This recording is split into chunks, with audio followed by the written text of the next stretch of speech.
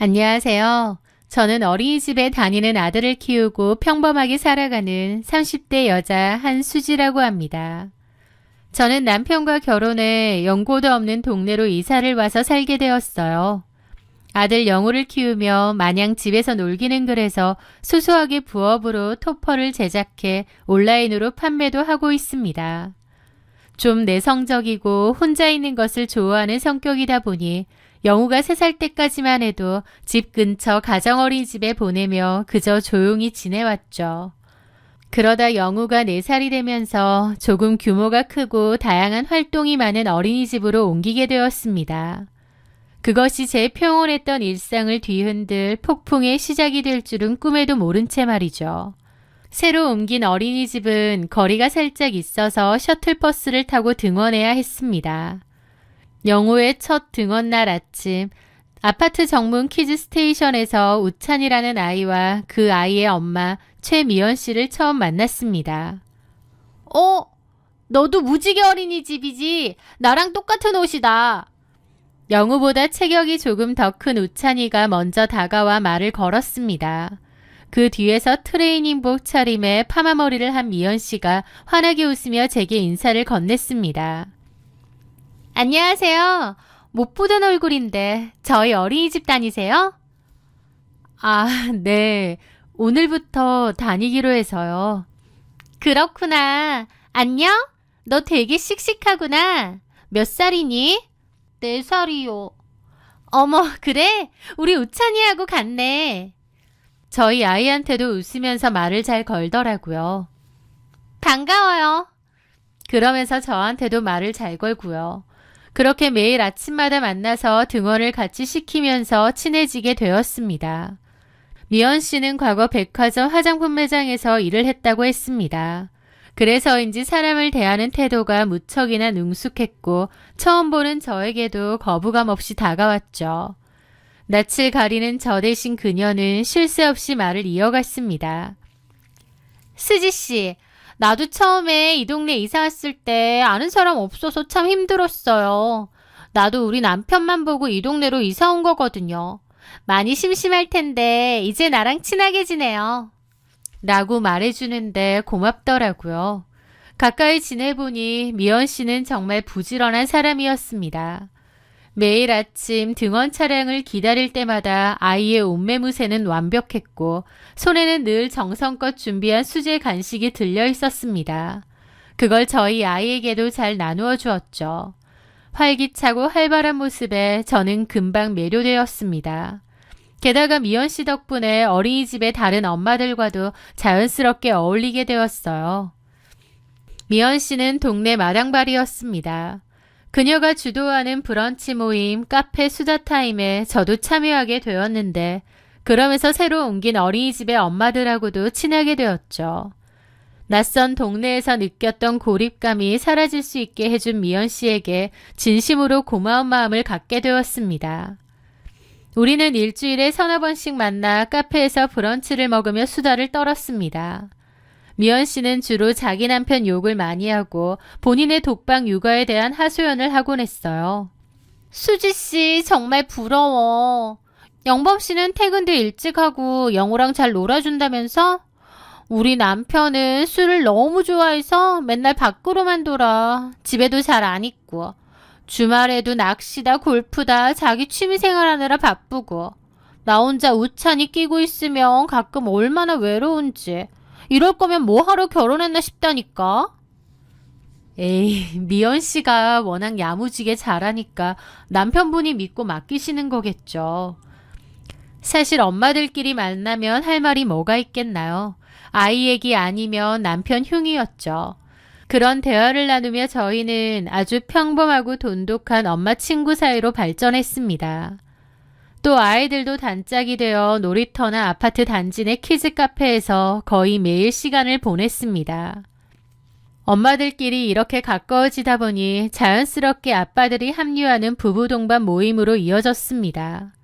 미연 씨의 남편인 장선일 씨는 처음 만났을 때 조금 무뚝뚝해 보이기는 했지만 미연 씨가 평소 흉보던 것과는 달리 나름대로 예의 바르고 싹싹한 편이었습니다. 그렇게 네 사람이 모여 저녁을 먹고 시간을 보내는 자리가 반복되면서 저희 두 가족은 급기야 주말에 함께 캠핑을 다니는 사이가 되었어요. 자연 속에서 텐트를 치고 아이들이 마음껏 뛰어노는 동안 어른들은 도란도란 이야기를 나누는 시간은 참으로 즐거웠습니다. 저는 미연 씨 가족과 보내는 시간이 참 행복했습니다. 하지만 그 달콤한 힐링의 시간 속에서 불길한 징조가 조금씩 고개를 들기 시작했습니다. 사건의 발단은 캠핑장에서의 술자리였습니다. 아이들을 일찍 재워놓고 장작불을 피워놓은 채 어른 넷이 둘러앉았을 때였습니다. 평소에도 활발했던 미연 씨는 술 기운이 오르면 유독 제 남편인 영범 씨에게 과하게 다가갔습니다. 아, 영범 씨, 이번에 텐트 치시는 거 보니까 완전 전문가시던데요? 이런 것도 척척 잘하시고. 수지 씨는 좋겠다. 이런 듬직한 남편 둬서. 웃으면서 남편의 팔뚝을 툭 치거나 남편이 고기를 굽고 있으면 뒤에 슬쩍 다가가 어머 맛있는 냄새 나도 한 입만요 라며 굳이 집기에 있는 고기를 직접 달라고 하기도 했습니다. 처음에는 그저 성격이 털털해서 그런가 보다 했어요. 미연 씨 남편인 선일 씨조차 별로 신경 안 썼으니까요. 하지만 미연 씨의 질문은 점점 선을 넘었습니다. 수지 씨, 영범 씨는 집에서도 이렇게 다정해? 밤에는 어때? 아, 뭘 그런 걸 물어요. 뭐 어때? 우리끼리. 궁금해서 그러지. 저는 선일 씨가 다 듣고 있는 자리에서 부부의 은밀한 사생활을 묻거나 제 남편의 식성, 수면 습관 등을 집요하게 물어보기도 하는 겁니다. 그러면서 저도 점차 불편해지기 시작했죠. 남의 남편한테 뭘 저렇게까지 관심을 보이지 싶기도 하고요. 제 남편도 처음에는 당황해하며 허허 웃어넘겼지만 미연 씨의 추근덕거림이 노골적으로 변할수록 조금씩 불쾌한 기색을 내비쳤습니다. 캠핑에서 돌아온 며칠 뒤 남편은 퇴근하자마자 평소와 다른 굳은 표정으로 저를 불렀습니다. 수지야, 이거 좀 봐봐. 우찬이 엄마 아무래도 그만 만나는 게 좋을 것 같아. 남편이 내민 휴대폰 화면 속에는 미연 씨와 주고받은 카카오톡 메시지가 가득했습니다. 아니, 주고받았다기보다는 미연 씨가 일방적으로 쏟아낸 것에 남편이 억지로 대답하는 모양새였죠. 메시지의 내용은 가히 충격적이었습니다. 영범 씨, 오늘 수지가 전화를 안 받네요. 혹시 무슨 일 있나요? 걱정돼서요. 아, 수지가 오늘 토퍼 작업이 많아서 바쁜가 봐요. 퇴근하고 제가 전화 드리라고 할게요. 그렇구나. 영범 씨도 회사에서 바쁘시겠네요. 점심은 챙겨 드셨어요? 네, 먹었습니다. 잘 챙겨 드세요. 지난번 캠핑 때 보니까 너무 마르셨더라고요. 맘짓. 여기까지만 해도 선을 넘는 관심이었습니다. 하지만 메시지는 계속되었습니다. 아, 혹시 봄동 겉절이 좋아하세요? 제가 오늘 좀 많이 묻혔거든요. 영범 씨 좋아하신다길래 좀 챙겨줄까 싶은데. 아, 괜찮습니다. 감사합니다. 괜찮다는 건 드시겠다는 거죠? 아니요. 그게 아니라 선일 씨랑 우찬이 많이 주세요. 저희 남편은 풀떼기 안 먹어요. 영범 씨 생각해서 만든 건데 안 드시면 저 그냥 버려야 해요. 아, 그럼 수지통에서 주시면 감사히 잘 먹겠습니다. 다음부턴 안 주셔도 돼요. 근데 수지가 통 연락이 안 돼서 영범 씨 오늘 퇴근길에 잠깐 들려서 받아가시면 안 돼요? 아파트 상가 앞에서 잠깐 봐요. 남편은 끝내 거절했지만 미연 씨는 포기하지 않았습니다. 그 다음 날에도 그녀의 연락은 계속되었습니다. 커피 쿠폰 보냈으니 퇴근길에 마셔라. 오늘 날씨가 흐린데 우산을 들고 가셨냐 등의 메시지들이 줄을 이었습니다. 결정적인 것은 사진이었습니다. 미연 씨는 새로 샀다는 목걸이를 보여주겠다며 뜬금없이 사진을 보냈는데 사진 속의 그녀는 가슴골이 훤히 드러나는 깊게 파인 옷을 입고 야릇한 표정을 짓고 있었습니다. 누가 봐도 저희 남편을 유혹하려는 의도가 다분했던 거죠. 수지야, 내가 우찬이랑 우리 영우가 친하게 지내니까 웬만하면 참고 예의 차리려고 했는데 아무리 봐도 이건 좀 아닌 것 같아. 이 여자 아무래도 제정신이 아니야. 당신도 우찬이 엄마랑 너무 가깝게 지내지 마. 남편의 말을 듣는 순간 제 머릿속은 하얗게 타버리는 것 같았습니다. 정말 좋은 인연이라고 생각했는데 한순간 너무 이상한 여자 같아 보였거든요. 저는 남편의 조언대로 다음 날부터 미연 씨의 연락을 피하기 시작했습니다. 하지만 미연 씨는 눈치가 없는 것인지 아니면 뻔뻔한 것인지 자꾸 연락을 했어요. 그러다가 우연히 단지에서 마주쳤는데 저에게 따지는 거예요. 수지 씨, 요즘 왜 그래? 내가 뭐 실수한 거 있어? 왜 사람 연락을 피해? 아파트 단지 벤치에 저를 불러앉힌 미연 씨의 모습에 저는 참아왔던 말을 내뱉었습니다. 그래요. 말 나온 김에 그냥 얘기할게요. 미연 씨, 왜 자꾸 우리 남편한테 사적으로 연락해요? 제가 묻자 당황한 얼굴이더라고요. 무슨 말을 그렇게 해. 그냥 애들끼리 친하고 하니까 안 붙여. 점심 챙기라는 둥, 겉절이 가져가라는 둥, 심지어 목걸이 사진까지 보냈던데 의도가 뭐예요? 제 질문에 미연 씨는 잠시 당황하는 듯 하더니 이내 얼굴색을 싹 바꾸고 목소리를 높였습니다. 수지 씨, 말 조심해. 그런 말을 하는 이유가 뭐야? 네? 내가 뭘 어쨌다고 사람 이상하게 만들어. 정 많고 오지랖 넓은 게 죄야? 친한 사이끼리 챙겨준 거지. 수지 씨가 연락이 안 되니까 영범 씨한테 물어본 것 뿐이라고. 아니, 부부끼리 진짜 뭐 어떻게 된 거 아니야? 내가 뭐 수지 씨 남편 꼬시려고 작정이라도 했다 그거야? 사람을 어떻게 그런 식으로 몰아? 아니면 수지 씨가 영범 씨한테 이상한 집착이라도 있는 거 아니야? 그녀는 오히려 제가 의부증 환자라도 된 양 소리를 지르고는 쌩하니 가버렸습니다. 황당함에 말도 안 나왔지만 그냥 무시하려고 했어요. 그런데 더 황당한 일은 며칠 뒤에 벌어졌습니다. 저희 어린이집 엄마들이 모여있던 단체 채팅방이 있었는데요. 갑자기 엄마들이 하나둘씩 그 방을 나가기 시작했던 거죠. 저만 덩그러니 남은 겁니다.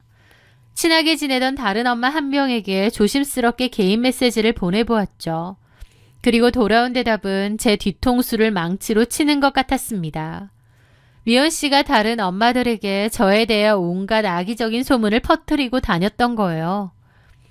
수지 씨가 미연 씨더러 왜 남의 남편 꼬리치냐고 뭐라고 하고 자기를 막 이상한 사람 취급한다면서 성격 정말 이상하다고 그러고 다니더라고요. 저는 그 누구의 편도 아니긴 하지만 좀 피곤할 것 같아서 그냥 같이 방 나온 거고요. 영우 엄마한테 악감정 있는 건 아니에요. 그 말을 듣는데 어처구니가 없었죠. 남의 남편한테 꼬리친 건 맞으면서 오히려 저를 이상한 여자로 낙인 찍어 버린 것입니다. 그리고 단톡방 사람들은 당연히 저보다는 미연 씨랑 친했으니 미연 씨의 말을 더 믿었을 거고요. 그렇게 하루아침에 저는 어린이집 엄마들 사이에서 왕따가 되었고 미연 씨는 가련한 피해자가 되어 있었습니다. 그녀의 교활함은 거기서 멈추지 않았습니다. 자기 아들인 우찬이에게까지 시켰는지 영우와 놀지 못하게 했더라고요. 우리 엄마가 너랑 놀지 말래라며 우찬이가 차갑게 돌아섰다는 거예요. 놀이터에서 만나도 모른 채 하고요. 상처받은 저희 아이를 보는데 제 가슴은 갈기갈기 찢어지는 것 같았습니다. 결국 저는 결단을 내렸습니다. 이 더러운 소문의 근원지에서 벗어나서 어린이집을 옮기기로 마음먹었던 것이죠. 미친 여자 같은데 계속 상대하기보다 그냥 피하는 게 상책 같았거든요. 그렇게 어린이집을 옮기기로 하고 마지막 등원 날이 되었습니다. 저는 하원 차량을 타지 않고 직접 영우를 데리러 어린이집 앞에 갔어요. 그런데 정말 공교롭게 미연 씨와 마주쳤죠. 그녀는 승리자라도 된 듯 저를 비웃으며 쌩하니 지나치려 했습니다. 저 역시 부글대는 속을 참고 무시하고 돌아서려던 순간이었어요. 눈앞에서 갑자기 믿기지 않는 광경이 펼쳐졌습니다. 어린이집 앞에 멈춰선 검은색 세단에서 한 여성이 튀어나오듯 내리더니 미연 씨에게 달려들어 다짜고짜 그녀의 머리채를 휘어잡는 거예요. 이 망할 년! 이렇게 숨으면 내가 못 참을 줄 알았어? 그 여자의 서슬퍼런 외침에 어린이집 앞은 순식간에 아수라장이 되었습니다. 아이를 데리러 온 엄마들이 비명을 지르며 물러섰고 몇몇은 아이들의 눈을 가리며 당황해했습니다. 몇몇 엄마는 그 여자를 말리려고 했고요. 저 역시 갑작스러운 상황에 얼어붙은 채 그 광경을 지켜볼 수밖에 없었습니다. 미연 씨의 머리채를 휘잡은 여자는 서슬퍼런 기세로 그녀를 바닥에 내동댕이 쳤습니다. 이 망할려나! 언니하고 딸을 땐 언제고 내 남편을 뺏어서 도망을 쳐? 그러고도 모자라 숨어 살면서 애까지 키우며 살고 있어! 너 진짜 막장이구나! 미연 씨는 바닥에 주저앉은 채로 고함을 지르더라고요. 미쳤어요? 일단 좀 놓고 말씀하세요. 누가 경찰에 신고 좀 해주세요. 오냐, 신고해라. 상간녀가 뻔뻔하게 말이 많네. 신고해야죠. 동네 개망신 시켜줄 테니까. 그 여자는 눈에 불을 켜고 주변을 둘러보며 소리쳤습니다. 말릴 거 없어요. 이 년이 어떤 년인지 다들 똑똑히 보라고요. 이 년 내 남편이랑 바람나서 내 집안 풍비박산 내고 도망친 상간녀예요. 저기 정은찬이라는 애, 내 남편이랑 2년 사이에서 낳은 사생아라고요. 그 자리에 있던 모든 엄마의 귀에 천둥 소리처럼 박혔죠. 결국 그 여자가 최미연을 너무 때려서 어린이집 선생님이 경찰에 신고했고 경찰차가 오고 한바탕 난리가 났습니다. 나중에 들어보니 진실은 이랬습니다. 최미연과 그의 남편 장선일은 정식 부부가 아니었어요. 당연히 혼인신고도 안 되어 있고 결혼식도 한 적 없었죠. 왜냐면 장선일 씨는 이미 가정이 있는 애가 셋이나 있는 유부남이었거든요. 머리채를 잡은 여자가 그의 법적 부인이었습니다. 장선일 씨와 최미연이 바람이 났고 결국 도망가서 살림을 차린 것이었죠. 더욱 소름 끼치는 사실은 피해자인 본부인과 미연 씨가 원래 아주 친한 언니 동생 사이였다는 점이에요. 미연 씨가 백화점에서 일할 때 그 본부인분이 매니저였대요. 그래서 언니 동생으로 엄청 친하게 지냈는데 친한 언니의 남편을 작정하고 유혹했고 아이가 생기자 남편을 부추겨 집을 나가게 한 뒤 이곳으로 숨어들어 평범한 부부인 척 연기를 하며 살아왔던 거죠. 이혼도 안 된 상태로요. 그날 저는 그 아수라장을 지켜본 입장에서 묘한 감정에 휩싸였습니다. 인간이라는 존재가 얼마나 추악해질 수 있는지에 대한 깊은 환멸이 느껴졌거든요. 게다가 미연 씨가 제 남편에게 보냈던 그 집요한 메시지들, 가슴골이 훤히 드러난 사진들, 그것은 이미 한번 남의 가정을 무너뜨려 본 경험이 있는 그 여자가 또 남의 가정을 탐내면서 저지른 짓이었던 겁니다. 장선일 씨의 본부인이 찾아와 난리를 쳤던 일은 삽시간에 아파트 단지와 지역사회로 퍼져나갔습니다. 본부인은 미연 씨를 상대로 상간녀 위자료 청구 소송을 진행 중이었고 흥신소를 통해 끈질기게 추적한 끝에 이곳을 찾아냈다고 했죠. 그날 이후 미연 씨는 더 이상 어린이집에 나타나지 않았습니다. 우찬이도 당연히 등원하지 않았고요. 그녀는 도망치듯 아파트를 떠났거든요. 저를 괴롭혔던 그 기괴한 소문들도 미연 씨의 실체가 드러나면서 자연스럽게 사라졌습니다.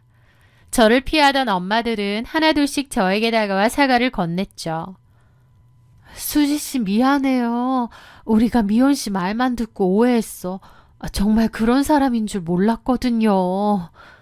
하지만 저는 그 사과들이 반갑지 않았습니다. 사람들의 말 한마디에 휩쓸려 저를 손가락질하더니 진실이 밝혀지자마자 다시 손을 내미는 그들의 위선적인 태도에서 이미 깊은 상처를 입었기 때문이죠. 결국 저는 계획대로 영우의 어린이집을 옮겼습니다. 그 후 저는 영우를 새로운 어린이집에 보내며 제 일에만 몰두했습니다. 그리고 남편은 퇴근 후면 평소보다 더 많은 시간을 영우와 놀아주며 제 곁을 지켰죠. 남편이 미연 씨의 추파를 단호하게 거절하고 제게 먼저 말해준 것이 얼마나 고마운 일이었는지 시간이 갈수록 뼈저리게 느끼고 더욱 남편에 대한 믿음이 굳건해지는 것 같아요. 그때 일을 반추해보면 최미연이 저질렀던 일이 얼마나 소름 끼치는지 모릅니다. 친구가 별로 없던 저에게 친절을 베풀고 제 경계심을 완전히 허물었죠. 그러고는 제 남편에게 손을 뻗었고요. 만약 제 남편이 흔들렸다면 저 역시 그 본부인처럼 똑같은 일을 겪었을지 모릅니다. 최미연이란 사람은 자신의 결핍을 채우기 위해 남의 행복을 통째로 훔쳐오는 것에 중독된 사람이 아닌가 싶어요. 그래도 그 일을 겪으며 우리 부부 사이는 한층 더 단단해진 것 같습니다. 서로에게 비밀을 만들지 않고 외부에서 오는 작은 균열을 함께 막아내는 것이 얼마나 중요한지 깨달았으니까요. 이제 저는 새로운 동네, 새로운 어린이집에서 영호를 키우며 다시 조용한 일상을 보내고 있습니다. 예전처럼 누구에게나 쉽게 마음을 열거나 다가오는 호의에 무조건 감사해 하지는 않으려 해요. 대신 적당한 거리를 두고 제 사람들을 지키는 법을 배운 것 같습니다. 그리고 최미연도 깨닫길 바랍니다. 그녀가 가져간 그 훔친 행복은 결코 오래가지 못한다는 것을요. 남의 것 뺏으려 하지 말고 직접 구하라는 말이 괜히 있는 게 아니죠. 인생사 별일이 다 있다지만 다시는 겪고 싶지 않은 이 기괴한 일들. 저는 이제 더 단단해진 마음으로 진짜 제 인생을 살아갈 것입니다. 긴 이야기 들어주셔서 감사합니다.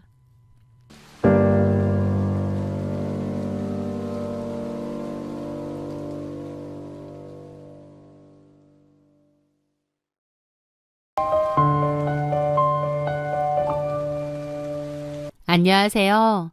저는 친한 동료 약사와 함께 작은 약국을 운영하며 살아가고 있는 30대 중반의 약사 양지우라고 합니다.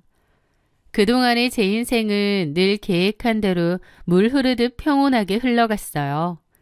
인생에 큰 어려움이 없이 잔잔하게 살았기 때문인지 사람의 다양하고 복잡한 내면이나 어두운 면에 대해서는 생각해보지 못하고 살았습니다.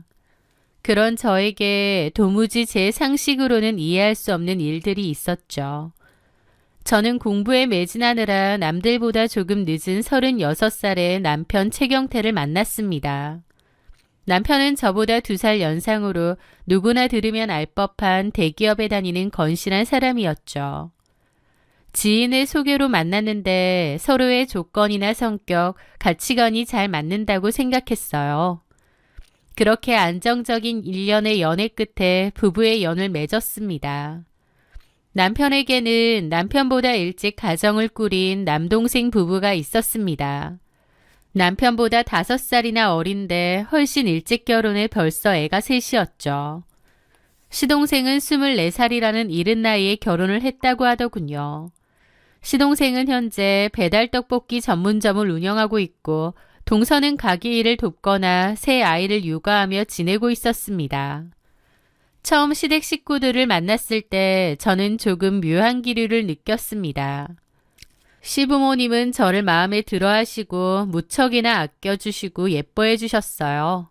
하지만 시동생 부부, 특히 동서에게는 냉랭한 모습을 많이 보이셨습니다.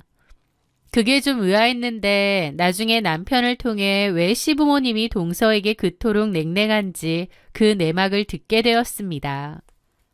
시동생은 원래 체육교육과에 다니며 임용고시를 준비 중이었다고 합니다. 그런데 대학교 3학년 때 미팅에서 만난 동갑내기 동서랑 사귀다가 동서가 덜컥 임신을 하게 되었다고 했어요. 당시 동서는 근처 2년제 대학에 다니고 있었기에 2사람 다 학생이었습니다. 경제적 능력이 전혀 없는 상태였는데 아이가 생긴 거였죠. 임신을 했다 보니 급하게 결혼을 하기로 했다는데 시부모님은 둘째 아들 내외를 거두어 집에서 같이 살자고 하셨대요. 시동생이 임용에 합격하면 분가할 집까지 마련해 주겠으니 그 전까진 같이 살자는 거였죠. 당장은 둘째 아들네 부부가 경제력이 없으니 같이 살자고 하신 모양이었습니다. 그런데 동서는 시댁 생활을 굉장히 힘들어했대요. 매일 울며 시동생한테 분가하자고 졸랐다고 한 모양입니다. 사실 저도 겪어봐서 알지만 저희 시부모님 두 분 다 각자 사회생활 하시느라 바쁘시고 시집살이 시키고 하실 분들도 아니세요. 물론 시집살이가 있든 없든 시부모님과 같이 살아야 된다는 게 어린 동서에게는 결코 쉬운 일이 아니었을 겁니다. 하지만 상황이 상황이니만큼 좀 참고 견뎠어야 했는데 동서는 하루가 멀다 하고 못 살겠다고 그렇게 시동생을 들볶았다고 하더라고요. 결국 시동생이 시부모님께 분가하고 싶으니 집을 구해달라고 요구했대요. 시부모님 입장에선 황당하죠. 아무리 자식이라고 해도 집 맡겨놓은 것도 아닌데 자기들 마음대로 나갈 테니 집을 해달라고 하다뇨. 약속하고도 다르고요. 시부모님은 임용 합격할 때까지만 같이 살자는 건데 그 정도 약속도 안 지킬 거면 니들끼리 알아서 살라고 하셨대요. 그러면서 갈등이 생겼고 시동생과 동서는 집을 나갔다고 했습니다. 시동생네는 작은 원룸을 얻어 살았다고 하더라고요. 시부모님과도 갈등이 생긴 탓에 부모 자식 간의 인연도 거의 끊은 채로요. 시동생은 당장의 생계를 위해 배달 일을 시작해야 했대요. 당연히 공부할 시간이 없으니 임용시험에 계속 낙방했다고 했습니다. 그러다가 결국 4년 만에 꿈을 포기했다고 했고 그 사이 동서는 연이어 아이를 가져 셋째까지 낳았다고 했어요. 셋째까지 낳은 다음 시부모님에게 다시 연락했고 그 뒤로 흐지부지 풀고 지내기는 한다만 시부모님 입장에서는 동서와 둘째 아들이 마음에 안 들 수밖에 없었던 거죠. 특히 동서는 둘째 아들 앞길을 막은 원흉처럼 보였을 테고요. 솔직히 남편을 통해서 그 이야기를 전해 들었을 때 시부모님의 마음이 이해가 갔습니다. 동서의 상황도 힘들었겠지만 어쨌든 자기들 상황이 그러면 조금만 참고 시부모님 도움 받으면서 남편 뒷바라지를 하는 게 현명했을 것 같거든요. 그랬으면 시부모님과도 사이가 그렇게 어그러지지 않았을 테고 또 시동생도 어쩌면 임용에 합격해서 학교 선생님이 됐을지도 모르고요. 처음 그 얘기를 전해 들었을 땐 동서에 대해서 좀 맹랑하고 철딱선이 없는 사람이구나 싶기도 했습니다. 하지만 막상 결혼을 하고 겪어보니 동서는 제 생각과 달리 착하고 순한 사람이더라고요. 가끔 맹한 구석이 보이긴 했지만 기본적으로 잘 웃고 서글서글한 성격이었어요. 그리고 동서에게 제가 따로 좀 미안한 것도 있었습니다. 왜냐면 시부모님이 저만 노골적으로 예뻐하셨거든요. 그게 눈에 보일 정도여서 같은 며느리 입장에서 동서에게 눈치가 보이거나 민망한 것도 있었습니다. 그래서 저는 저라도 동서를 따로 챙기려 노력했습니다. 약국에서 파는 좋은 영양제나 아이들 건강식품을 떨어지지 않게 꼬박꼬박 챙겨주거나 동서에게 이것저것 선물도 자주 했습니다. 동서는 그때마다 형님 정말 감사해요. 형님밖에 없어요. 저 진짜 복 받은 듯. 아주버니 결혼 너무 잘하신 것 같아요. 라며 고마워했습니다. 저는 동서하고 별다른 문제 없이 사이좋게 잘 지낸다고 생각했죠. 그런데 행복했던 제 결혼 생활에 균열이 가기 시작한 건 남편의 잦은 야근 때문이었습니다. 업무가 바쁜 건 알았지만 어느 순간부터 일주일에 서너 번씩 새벽에 들어오는 날이 잦아졌어요. 어쩔 때는 며칠 동안 얼굴 보기도 힘들더라고요. 신혼인데 얼굴도 보기 힘든 날이 많다 보니 섭섭했죠. 어느 날 저녁 남편은 그날도 야근이라고 했습니다. 유독 피곤해 보이는 남편이 생각나 간식거리라도 사서 전해주려고 했어요. 그렇게 회사 앞으로 가려던 참이었습니다. 차를 몰아 남편 회사에 있는 주차장에 차를 대려는데 공교롭게 남편의 차가 제 앞을 지나서 나가는 거예요. 그런데 운전석에 남편 옆에는 제가 모르는 젊은 여자가 앉아 있었습니다. 찰나였지만 제가 분명히 보았던 거죠. 그걸 본 저는 가슴이 철렁 내려앉았습니다. 그리고 설마 하는 마음에 남편에게 곧바로 전화를 걸었습니다. 여보, 아직 회사야? 지금 보고서 마감하느라 정신없네. 오늘 좀 늦을 것 같으니까 먼저 자. 새벽이나 돼야 집에 갈 것 같아. 뻔뻔하게 긴장 하나 없이 거짓말을 하는 겁니다. 방금 제가 눈앞에서 다른 여자와 주차장을 빠져나가는 것을 보았는데 회사라며 태연하게 거짓말을 하다니. 이렇게 거짓말을 잘하는 사람인가 싶어서 너무 황당하더라고요. 결혼한 지 이제 겨우 2년, 신혼이라면 신혼인데 남편이 바람을 피운다는 사실은 저에게 너무나 큰 충격이었습니다. 가만 더듬어 보니 조수석에 앉아있던 여자는 언뜻 봐도 저보다 훨씬 어려 보이더라고요. 한 5살은 어려 보이는 외모였죠. 회사 후배인가 싶다가도 남편이 저에게 야근이라고 거짓말을 한 거 보면 절대 회사 사람은 아닐 터였습니다. 그날 정말 남편은 새벽에서야 들어왔어요. 저는 잠 한숨 못 잤지만 그래도 그냥 자는 척 가만히 눈을 감고 있었습니다. 식구 옆에서 드러누워 잠드는 남편을 보는데 정말 심경이 복잡하더라고요. 다음날 출근해서 동료 약사에게 이 사실을 털어놓았습니다. 어제 깨어서 물어볼 걸 그랬나? 따질까 하다가 말았어. 뭘 어떻게 해야 할지 모르겠더라고. 동료는 단호하게 말하더군요. 내 생각엔 지금 따져봤자 발뺌하면 그만일 것 같아. 잘못 본 거라고 우기면 어쩔래? 그리고 한번 들키면 나중엔 더 조심할 테고. 그럼 어떡해? 내가 이런 얘기 결혼한 친구들한테 들어보니까 증거가 정말 중요하대. 일단 티내지 말고 은밀하게 증거부터 모아. 확실한 물증이 있어야 나중에 이혼을 하든 용서를 하든 주도권을 잡는다니까. 그 말에 정신이 번쩍 들었습니다. 이혼이든 아니든 그건 나중 문제고 일단은 증거를 확보해야 했어요. 남편이 딴짓을 한다는 증거를 말이죠. 그래서 저는 하루 날 잡고 남편의 휴대전화를 몰래 뒤져보려 했습니다. 하지만 패턴을 도저히 모르겠더라고요. 게다가 샤워할 때조차 폰을 화장실로 들고 들어가서 폰을 보는 것 자체가 힘들었습니다. 뭘 어떻게 해야 하는지, 미행이라도 해야 하는지 고민하던 어느 날이었습니다. 동서가 지나가는 길에 들렀다며 약국에 들렀어요. 그렇게 같이 점심을 먹던 중 제 어두운 표정을 본 동서가 조심스럽게 물었습니다. 형님, 무슨 고민 있으세요? 얼굴이 반쪽이 되셨어요. 저는 고민 끝에 동서에게 모든 사실을 털어놓았습니다.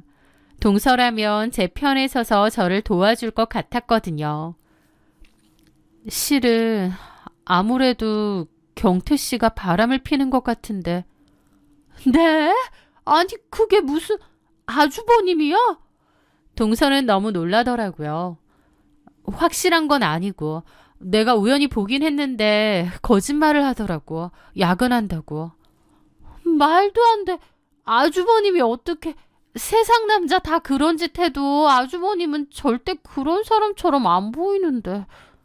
아휴, 그건 모르는 거지. 거짓말을 그렇게 잘하는지 몰랐어. 그럼 형님 어쩌실 건데요? 일단 내가 본 게 맞는지 확인하고 증거도 잡아야 될 것 같아. 근데 그게 쉽지가 않네. 미행이라도 해야 되나 싶고. 제 말을 듣던 동서가 무언가 생각에 빠지더니 이내 결연한 표정으로 제 손을 잡았습니다. 형님, 제가 도와드릴게요. 동서가? 네, 아주버님이 야근한다고 하거나 출장 간다고 하면 저한테 연락하세요. 같이 뒤를 밟아봐요. 아무래도 형님 혼자 하기에는 좀 어려우실 거잖아요. 그 말에 저는 진심으로 감동을 받았습니다. 저를 위해 물불 안 가리고 도와준다뇨. 그 마음만으로도 고맙더라고요. 하지만 처음엔 미안해서 거절했습니다. 아이 셋을 키우며 가게 일까지 돕느라 바쁘다는데 어떻게 그런 부탁까지 하나요? 하지만 동서는 자기가 적극적으로 저를 돕고 싶다고 하더라고요. 저는 너무 고맙다고 했습니다. 사실 혼자서 뭔가를 하는 것보다 같이 하면 긴장도 덜 되고 증거도 더 확실히 잡을 수 있지 않을까 싶었으니까요. 그날 이후 남편이 늦는다고 하는 날에 동서에게 연락을 했습니다. 저는 동서차에 올라타 남편의 뒤를 쫓거나 잠복을 하기도 했습니다. 그런데 오히려 뒤를 쫓아보니 남편이 거짓말을 하는 게 아니더라고요. 회식이 있다고 하면 정말 동료들과 밥을 먹으러 갔고 야근이라고 하면 정말 늦게까지 일을 하는 겁니다. 그런 일이 몇 번 반복되자 동서는 제가 오해한 것 같다고 하더라고요. 형님, 아무래도 형님이 오해하신 거 아니에요? 오히려 아주버니 정말 성실하신 분 같던데요. 이제 그만 의심하고 아주버니 믿어주세요. 반복되는 허탕에 저 역시 그날 제가 헛것을 본 건가 싶었습니다. 그리고 동서의 위로의 마음을 다잡으며 그만두기로 했죠. 그런데 며칠 뒤 제 차에 함께 점심을 먹고 내리던 동서가 실수로 조수석에 자신의 휴대전화를 놓고 내렸습니다. 저도 동서를 내려다주고 바로 출발했기에 조금 가다가 그 사실을 알게 되었어요. 저는 폰을 돌려주기 위해 다시 동서를 내려다준 쪽으로 차를 돌려갔죠. 그리고 도착해서 시동을 끄는데 때마침 동서 핸드폰 화면에 카카오톡 알림이 하나 뜨는 거예요. 늘 고마워. 카톡을 보낸 사람이 제 남편이었습니다. 갑자기 동서한테 고맙다고 카톡을 보낸 거예요. 둘이서 개인톡을 할 정도로 친한 사이인지도 몰랐는데 게다가 늘 고맙다니?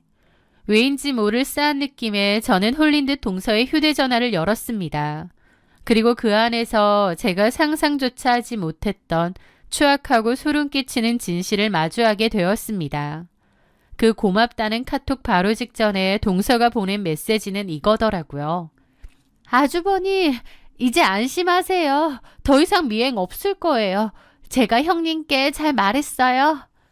라고요. 그걸 보는 제 심장이 철렁했습니다. 그리고 위에 대화 내용을 올려다보았습니다. 정말 경악스럽더라고요. 아주버니, 오늘 회식이라고 하셨죠? 지금 형님이랑 가고 있어요. 알았어. 적당히 동료들하고 밥 먹으러 갈게. 재수씨 아니었으면 들킬 뻔했네.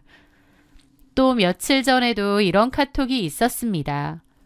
아주버니, 오늘 형님이 호출하셨어요. 야근이라고 했다던데 혹시 혜미 만나러 가세요?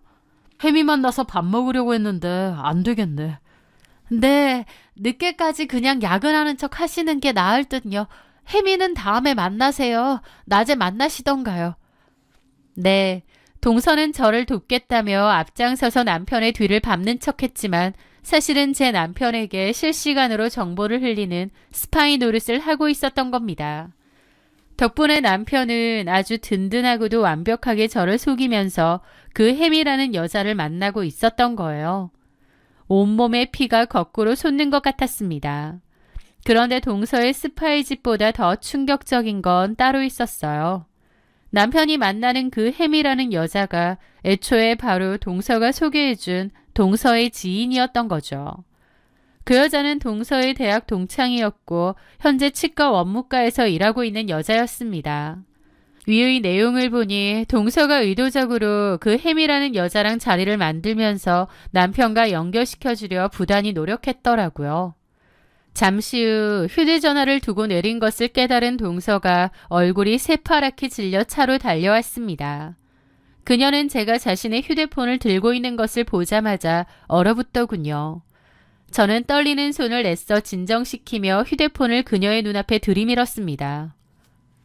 동서, 이게 다 뭐야?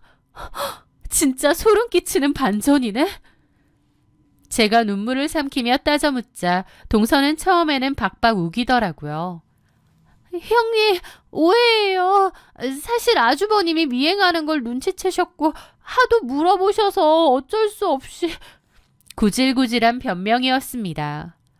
작작 좀 해. 애초에 혜미라는 이 여자 동서가 소개시켜준 거더만. 나 다 봤어. 어떻게 아주버님한테 바람필 여자를 소개해줘? 진짜 미친 거 아니야? 그러면서 나를 도와주겠다고? 이게 어떻게 된 건지 말 좀 해보라고. 도대체 왜 이런 짓을 벌인 거야? 제가 모든 것을 다 알고 있자 동서의 눈빛이 변하더라고요. 그러더니 적반하장으로 나오는 겁니다. 근데 형님, 남의 휴대폰을 왜 마음대로 뒤져보세요? 뭐? 이거 엄연한 범죄인 거 몰라요? 제가 만만해요? 폰을 놓고 갔으면 그냥 가져다 줄 것이지. 왜 남의 폰을 함부로 뒤지냐고요. 평소에 나 무시하고 잘난 척할 때부터 내가 알아봤어. 내가 동서를 무시하고 잘난 척했다고? 네, 내가 모를 줄 알아요? 나 무시했잖아요. 어머님, 아버님이 형님만 예뻐하고 좋아하는 거 즐겼죠? 나 동정하는 척하면서 은근히 즐겼죠? 라며 따지는데 진짜 미친 인간 같더라고요. 진짜 미쳤구나. 그래서 내 남편한테 네 친구 소개해줬니? 바람피라고? 내 가정 망치려고? 지금 네 폰 본 게 중요해? 네가 지금 무슨 짓을 저질렀는지는 모르고?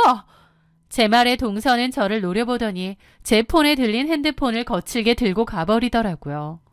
집으로 돌아오는 내내 핸들을 잡은 손이 덜덜 떨렸습니다.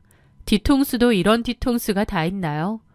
그날 밤 남편은 동서에게 다 들었는지 눈치를 보며 퇴근을 하더군요. 저는 그런 남편을 보며 말했습니다. 이혼하자. 왜인지는 알겠지? 동서한테 전화 왔을 거 아니야.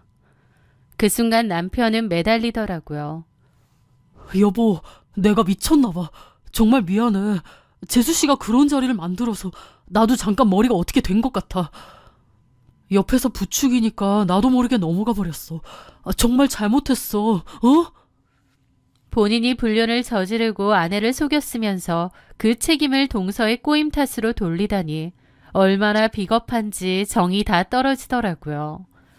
동서가 판을 깔아줬든 말든 좋다구나 신나서 바람핀 건 본인이면서 이제 와서 핑계를 대는데 이렇게 비겁하고 치졸한 인간이었나 싶은 겁니다. 동서가 등 떠밀면 죽을 거야? 둘 다 진짜 미쳤네. 이렇게 지능적으로 나 속이면서까지 바람을 피고 싶디? 그럼 이혼해줄 테니까 그 여자랑 살아. 여보. 저는 남편의 비겁한 애언을 뒤로하고 짐을 쌌습니다. 그리고 남편을 뿌리치고 집을 나왔죠. 저는 그 길로 시부모님을 찾았습니다. 그리고 시동생에게도 기니 할 얘기가 있으니 와달라고 했죠. 저는 시부모님과 시동생에게 그 모든 일들을 낱낱이 얘기했습니다. 그리고 남편과 동서가 주고받은 메시지들도 다 보여줬죠. 동서의 폰을 발견했을 때 제 폰으로 다 찍어뒀거든요. 시부모님은 제 이야기를 들으시며 기함을 하시더라고요. 평소에도 동서가 둘째 아들 앞길을 막았다고 못마땅해 하셨는데 이런 일까지 있으니 시부모님 입장에선 기절초풍할 노릇이죠. 당장 남편과 동서 보고 집으로 오라고 했습니다. 남편이 먼저 왔어요. 어머님은 남편 등짝을 때리셨죠. 네가 미쳤지. 결혼한 지 얼마나 됐다고 바람이야 바람이. 남편은 입이 10개라도 할 말이 없는지 가만히 있었습니다. 수빈이가 소개해줬다는데 그게 다 무슨 말이야? 정말 수빈이가 형한테 여자를 소개해줬다고? 남편은 제 눈치를 보며 말하더라고요. 처음에 일 때문에 연락하면서 밥을 먹게 됐는데 그 여자를 부르더라고. 그러면서 연락처를 주고 받으라느니 그 후에 계속 연락이 왔는데 처음엔 나도 거절했지. 근데 어쩌다 보니 그렇게 됐어. 나도 내가 왜 그랬나 싶고. 저는 팔짱 끼고 코웃음만 쳤습니다. 아니 수빈이가 도대체 왜? 지 아주머님한테 여자를 왜 소개해줘? 결혼해서 잘 살고 있는데. 나도 미치겠어요. 이게 뭔 소린지. 네 와이프 왜 이렇게 안 와? 부른 지가 언젠데. 그때 마침 초인종이 울리고 동서도 왔습니다. 동서는 들어오자마자 집안 분위기를 보더니 눈을 피하더라고요. 시어머니가 달려나가 따졌습니다. 너 이게 다 사실이야? 결혼해서 잘 살고 있는 경태한테 네 친구를 소개해줬다니. 도대체 왜 그랬니? 그런데 동서가 눈빛이 돌변하더니 따지는 겁니다. 바람은 아주머님이 폈는데 왜 저한테 난리세요? 뭐야? 어머님은 참지 못하고 동서의 뺨을 세차게 내리치셨습니다. 야, 너 우리 집이랑 원수졌니? 여자를 소개해주다니 미친 거야? 우리 경수 발목 잡은 것도 모자라 집안 전체를 쑥대밭으로 만들려고 작정이라도 했어? 제가 만만하세요? 어디서 손찌검을 하냐고요? 그럼 네가 잘했어? 잘한 건 아니지만 이렇게 맞을 일도 아니거든요? 저희 엄마가 최경수 때리면 좋으시겠어요? 야, 너 미쳤어? 그 말 안 해? 어떻게 형한테 여자를 소개해주고 너 도대체 뭔 생각이야? 니네 형이 좋다고 바람핀 거야. 나한테만 그러지 마. 아주버님, 입이 있으면 말해보세요. 아주버님이 바람 펴놓고 왜 가만히 있으세요? 라면서 악을 쓰며 뻔뻔히 나오는데 시부모님도 시동생도 입을 못 다물더라고요. 남편은 고개만 숙이고 있고요. 세상에, 진짜 미쳤나 보다. 얘가 우리 집 말아먹으려고 작정했나 봐. 제가 뭘 어쨌다고요? 애도 셋이나 낳아줬잖아요. 애 셋 낳은 게 뭐? 아주머님 바람피라고 여자 소개해준 게 제정신으로 할 짓이니? 아주버님 정신 똑바로 차리고 바람 안 폈으면 될 일이죠. 바람은 아주버님이 폈는데 왜 나한테 그러냐고요. 진짜 말이 안 통하네. 그 말에 시동생이 아무 말도 않더라고요. 그렇게 한참 있더니 조용히 자리에서 일어나는 겁니다. 소름 끼쳐서 너랑 못 살겠다. 그만 살자. 우린 이혼이야. 뭐? 동서는 그제야 놀라면서 시동생 팔을 잡았습니다. 우리가 왜 이혼해? 바람핀 건 아주버님인데 우리가 왜? 네가 의도적으로 소개해줬다며. 왜 그런지 말해. 왜 그랬냐고. 하지만 동서는 끝까지 입을 열지 않았습니다. 시동생은 고개를 가로젓더니 이혼이라는 말만 남기고 집을 떠났어요. 시부모님도 뒷목 잡고 넘어가셨죠. 저도 더 이상은 못 있겠어서 가방 챙겨 들고 나갔습니다. 남편이 쫓아왔지만 뿌리치고 그냥 갔어요. 저는 그 후 바로 이혼 소송에 들어갔습니다. 그리고 남편과 동서를 상대로 위자료 소송에 들어갔죠. 동서는 나중에 진술서에서 제가 약사라고 유세 떨며 동서를 무시해서 벌어진 일이다라며 억지를 부리더라고요. 그 말을 듣는데 동서가 왜 그랬는지 조금은 알 것도 같았습니다. 동서는 저에 대해 상상 초월의 자격지심을 갖고 있었던 모양이었어요. 제가 베푼 모든 선의도 다 안이 꼽게 받아들인 거고요. 그래서 제 남편에게 여자를 소개해주고 바람을 피게끔 유도하면서 제가 불행해지길 바랬던 것 같습니다. 겉으로는 사근사근한 척 순진한 척 굴었지만 사실은 저에 대한 엄청난 열등감으로 제 결혼 생활을 망치고 싶었던 모양이었죠. 동서가 원하는 대로 제 가정은 파탄이 났고 저는 이혼했습니다. 하지만 저만 그렇게 된 건 아니죠. 동서 역시도 이혼을 당했습니다. 저한테 위자료까지 줘야 했고요. 오랜 소송 끝에 저는 정당한 위자료와 재산 분할을 하고 깔끔하게 남남이 되었습니다. 시동생네 역시 동서가 이혼 못한다고 버텨서 결국 소송을 했는데 동서는 양육권을 주장하며 눈물로 매달리고 호소했죠.